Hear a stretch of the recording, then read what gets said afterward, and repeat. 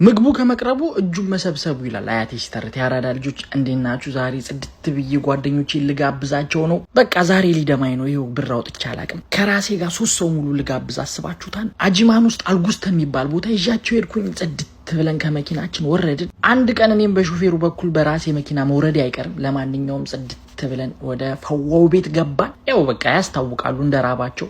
ቤቱን ሾፍ ስናደርገው የሆነ የባህል ምናምን ሙድ አለው። በዛ ላይ ኦፕን ኪችን ነገር ነው። ፈዋው ሲሰራ ባጭሩ ትሾፈዋለ ማለት ነው። ለማንኛውም ግቡ አልኳቸው። እኔ ቤተኛ ነኝ፣ እነሱ ናቸው እንግዶች። ከዛ ደቅ በሉና ነገር ብያቸው ወደ ሜኗችን እንሄዳለን። አይታየት ታረግ ነው። በቃ በጣም ጸዳድ የሀበሻ ምግቦች አሏት ሜኗዋ ላይ። እኛ ዝም ብለን የሆነ ጥብስ፣ የሆነ ዱለት፣ የሆነ ክትፎ ነገር ከዛ አይብ ምናምን ጨማምሪ ብለን ጠይቅናት። አያሳስባችሁ 5 ደቂቃ አንስጡኛለች። ከዛ ጽድት ተብሎ ከቻለ ማለት ነው። አቅራቢዋ ራሱ ትትኗ ይለያል ነው ብለ። በዛ ላይ ምግቡ አቀራረቡ ጸዴ ነው። ይሄ ሁላ ፈዋለ 3 ማንችለውም ብዬ ከኋላ ያሉት ልጆች ኑ ብሉ ምናምን ተባለ። ምንም ሳያቅማሙ መጡ። ከዛ አንድ ላይ በቃ መሀል ላይ ዶሮ ወጡ፣ ከጎን ክትፎ አለ፣ ጥብሱ ምናምን ጎመኑ። በቃ ከዚህ በኋላ ያዝ ብለው ነው። ጎበዝ ጠቅላይ ከሆንክ ደግሞ እንደዚህ ጽድት እያረክ ተከተዋለ። ጀለሶች ራሱ ተቀየሩብኝ። አይዱን ነው የምግቡ ጣም ነው መሰለኝ። ኢትሶኪ ለማንኛውም እንደዚህ ፏ ብለን በላን ጠጣን። በጣም ጸዴ ፈዋ ነው። እንደምታዩት ትሪውን ላጣርገን አጥንቱ ምጥጣርገን ነው የበላ ነው። እንደምታዩት ጀለስም ደስተኛ ሆኗል። ያው ስንመለስ ታጥበን ጸዳ ያለ ቡና ቀርቧል ማለት ነው። እኛም ጥርሳችን ውስጥ የቀረችውን እየጎረጎርን ከዛ ቡናችን ተቀዳ፣ ተጫወተን፣ ተሳሳቅን ምናምን ነገር።